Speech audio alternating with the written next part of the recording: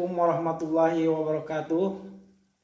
Halo kawan-kawan semua dimanapun Anda berada, apapun aktivitas Anda pada hari ini, saya doakan Anda sukses berkah selamanya. Oke, baik kawan-kawan semua, pada video kali ini saya akan sampaikan sedikit pemahaman tentang unsur hara pada tanaman. Oke, langsung saja tanpa perlu basa-basi lagi. Bagi Anda yang baru bergabung di channel ini, saya ucapkan selamat bergabung dan salam sukses. Dan kami tunggu juga sedekah subscribe-nya, like, komen, dan share. Tentunya untuk mendukung channel ini agar terus berkembang dengan sempurna. Oke, baik, kita langsung saja ke topik unsur hara pada tanaman. Kawan-kawan semua, layaknya manusia dan atau hewan, tanaman juga membutuhkan makanan supaya dapat bertahan hidup dan berkembang biak. Tanaman adalah organisme autotrof yang bisa memasak makanan sendiri dengan cara berfotosintesis. Agar bisa menghasilkan makanan, nah tentunya tanaman memerlukan bahan-bahan untuk dimasak, kawan-kawan semua. Selain air, karbon dioksida dan cahaya matahari, tanaman juga memerlukan berbagai nutrisi atau unsur hara sebagai bahan memasak makanan. Nah, kawan semua, unsur hara yang dibutuhkan oleh tanaman ya setidaknya ada 16 unsur yang penting, atau bisa disebut juga dengan hara esensial. Jadi ada unsur hara esensial itu yang paling tidak ada 16, di mana yang 16 ini terbagi menjadi dua jenis, yaitu unsur hara makro dan unsur hara mikro. Nah, apa saja unsur hara ini? Ya, oke, baik, kita akan jelaskan di whiteboard ya kawan-kawan semua. Jadi kita akan buat simulasi seperti ini. Jadi ini kita akan tulis dulu unsur hara, ya, unsur hara tanaman.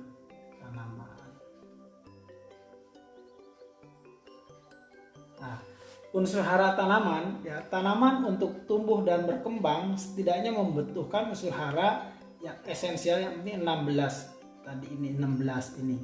Kemudian 16 unsur hara ini yang penting ini terbagi ke dalam dua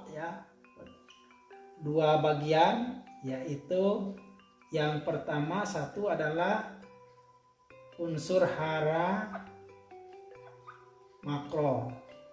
Ini yang pertama unsur hara makro. Kemudian yang kedua unsur hara mikro.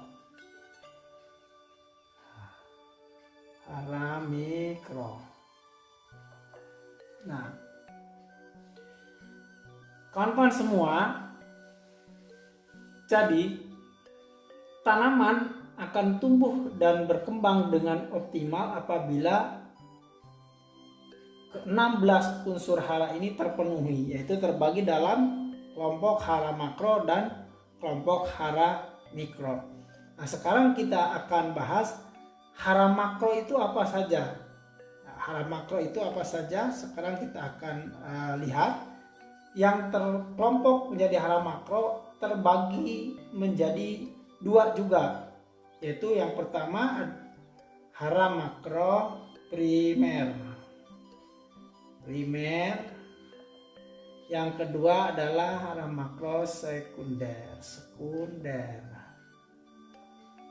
Nah, kawan-kawan semua, hara makro ini adalah unsur hara yang dominan dibutuhkan oleh tanaman. Jadi dibutuhkan oleh tanaman dalam jumlah yang banyak. Itu makro. Ya, primer ini yang paling banyak, kemudian sekunder yang dibutuhkan dalam jumlah sedang, kemudian sementara mikro adalah dibutuhkan dengan jumlah yang sedikit.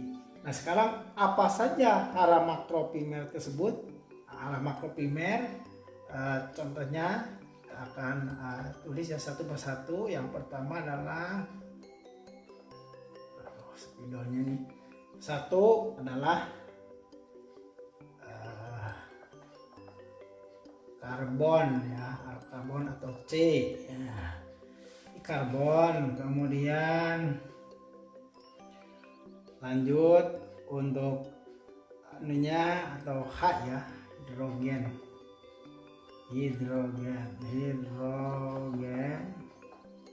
tersebut H gitu ya. Kemudian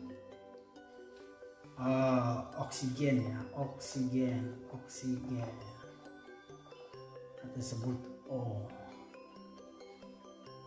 Nah sahabat semua, ini kategorinya hara makro ya, dimana karbon, hidrogen, oksigen ini adalah unsur hara yang kita tidak usah beli karena ini dihasilkan oleh alam, yaitu oleh air dan udara ya. Jadi air dan udara ini kategorinya primer. Kemudian yang primer itu, kategorinya primer itu apalagi, yaitu ada N ya, nitrogen, oke, P fosfor ya, kemudian K kalium. Nah, kawan-kawan semua, ini yang disebut hara makro primer, dimana kebutuhan hara makro yang ini adalah dibutuhkan dalam jumlah yang cukup banyak. Kemudian hara makro ini ada yang kelompoknya sekunder. Nah, seperti apa contohnya hara yang sekunder? Seperti Mg ya, magnesium.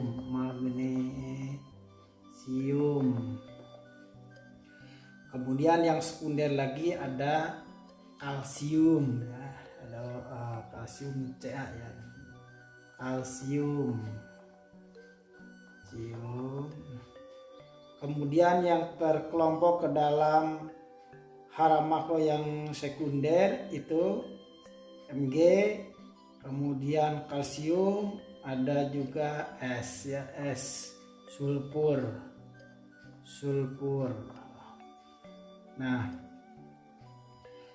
ini sekunder ini dibutuhkan oleh tanaman dalam jumlah yang sedang. Jadi ini yang lebih banyak, ini yang sedang. Nah, sedangkan hara mikro ini dibutuhkan oleh tanaman dalam jumlah yang sedikit. Contohnya seperti apa haranya? Apa saja ini yang tergolong ke hara mikro? Yaitu hara mikro itu ada yang boron, ya, B. Kemudian ada besi ya, Fe. Kemudian ada mangan ya, Mn. Kemudian molybdenum ya, Mo ya,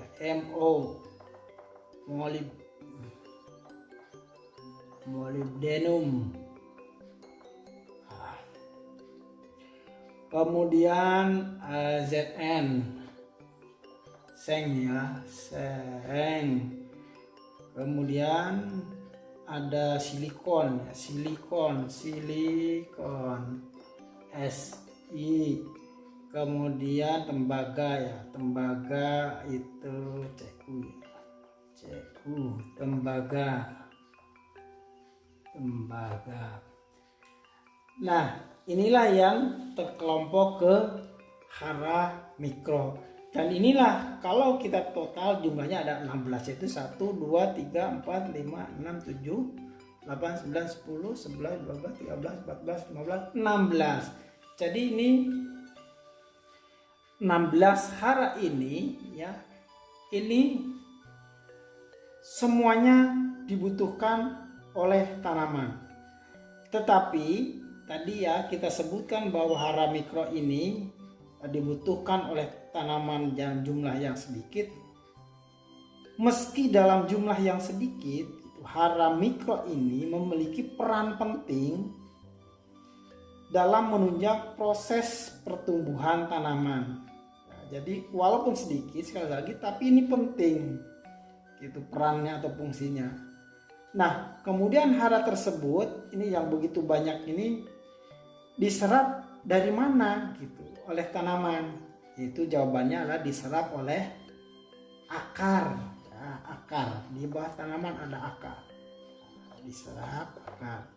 Jadi unsur yang ini yang CHO diperoleh tanaman dari air dan karbon dioksida dari udara. Sedangkan unsur hara-hara seperti makro, NPK ya ini, MGCAS dan mikro ini diperoleh dari hasil pelapukan atau dekomposisi ya, batuan mineral yang ada di dalam tanah. Ini akar misalnya di tanah. Jadi akar tanaman itu kuat sekali loh kawan-kawan semua. Ya. Akar tanaman itu mampu melapukan batuan keras dalam tanah. Gitu. Maka jangan heran apabila kawan-kawan semua menjumpai atau melihat ada misalnya tembok ya atau jalan yang aspal itu yang pecah-pecah atau retak-retak karena akar, jadi ada tanaman. Nah, disitulah peran akar atau fungsi akar itu sangat kuat sekali. Nah, begitu.